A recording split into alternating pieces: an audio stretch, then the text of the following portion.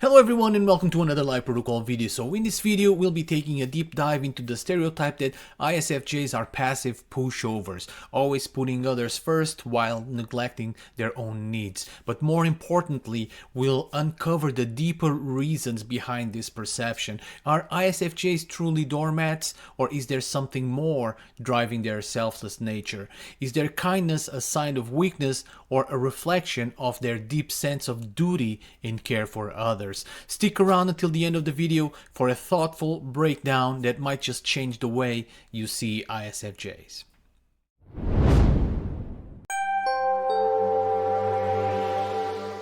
To understand ISFJs better, we need to understand their behaviors, and to do that we need to analyze their cognitive functions. So there's three ways that are more relevant to this video. There are three main factors that we need to take into consideration into analyzing ISFJs. Number one is their introverted sensing, their first cognitive function. So SI in my theory of traumas is the same, or is characterized as the trauma of fear of change and the unknown. This means that ISFJs often rely on what has worked before, prioritizing tried and true methods over unpredictable risks. So their attachment to the past can make them cautious, resistant to sudden shifts, and highly detail oriented, ensuring that everything stays within a comfortable, familiar structure.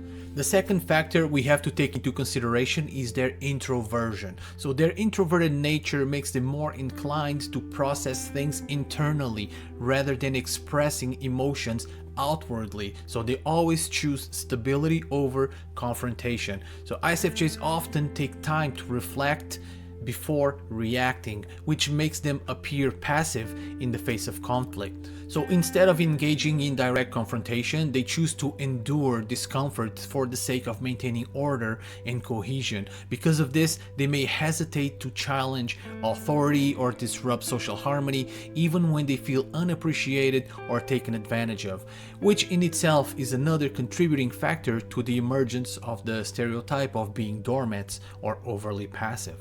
So the third factor we need to understand is their extroverted feeling, or FE, their secondary function, which in my theory of traumas is characterized as an evolved version of maternal instinct. The pairing of their SI with their secondary function of extroverted feeling, FE, takes things to a different level. I know maternal instinct is not a trauma in itself, but it acts the same way a trauma does. The strength of this emotion rivals, if not surpasses, all other traumas. Let me explain. Mothers, whether in the animal kingdom or in humans, they lay down their lives to protect their offspring, meaning that a permanent indentation or imprint on the mind is ever present, working exactly like a deep trauma does. So maternal instinct is a massively sacrificial trait in its nature. Check out this video for more information on the origins of FE. Notice that I said an evolved version of maternal instinct. And why do I say that? Because in the beginning, its main purpose was to care for their own offspring, but throughout time, this propensity to care for their children broadened its scope to include all other areas, not just their children. It became applicable to all other situations in life. It became the standard way how the brain functions.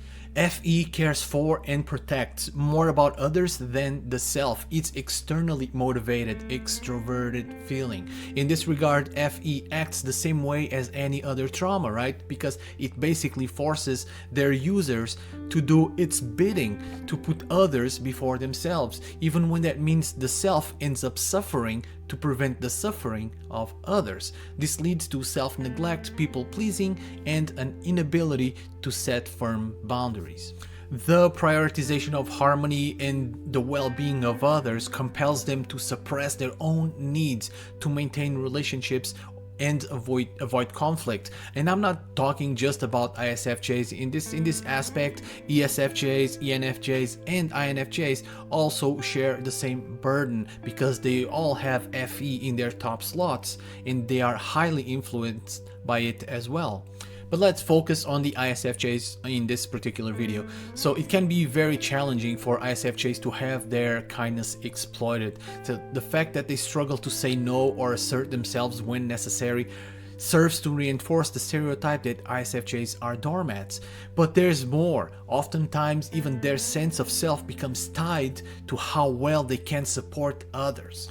High FE users naturally take on a caregiving role, whether emotional or practical, and people often take advantage of this by expecting them to always be available, dependable, and willing to help. Sadly, sometimes, well, many times without any reciprocation, right? So this can happen in families, friendships, workplaces, or relationships where they become the fixer or the emotional support system for everyone. Yet another example to reinforce the stereotype.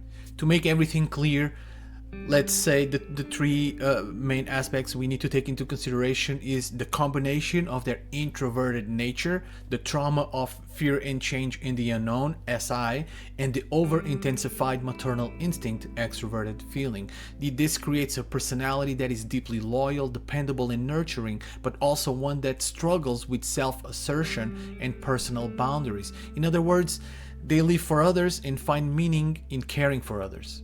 Like everyone else, ISFJs are also victims of their own traumas. And in the case of ISFJs, their traumas make it hard for them to say no. But here it's where it gets really interesting. So even when it may seem like their selflessness is pure and innocent, there's something far more sinister working in the background.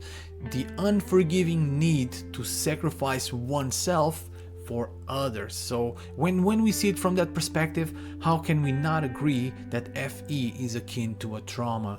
It's so bad that they may even knowingly allow others to take advantage of their kindness and time. So are ISFJs just doormats? Not really. Of course, this is an exaggeration, but if there was such a thing as a doormat personality type, the ISFJs would probably be the closest to it. But only, we have to understand this, very important, but only due to the mechanisms that rule their unconscious. This is yet another example of how important it is for us to understand our own heads. We all have to contend with our own directives, and they all compel us to act in certain predefined ways.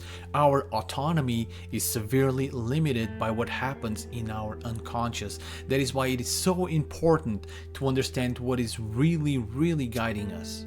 Because only when we realize what our true motivators are can we start to understand ourselves and others, right? So when we realize that we are all innocent, that we are all victims of how our brains are programmed, can we start moving towards a more enlightened world where forgiveness and understanding, they take precedence over judgment and resentment. When we recognize that everyone's actions are shaped by deep unconscious forces, it becomes easier to approach others with empathy and compassion. Like I always say, understanding breeds acceptance. Thank you so much for watching, and I'll see you on the next video. If you liked the video, please consider leaving a like and subscribing. That will allow us to keep making more videos like this. For more related content, please click on one of the suggested videos. Thank you for watching.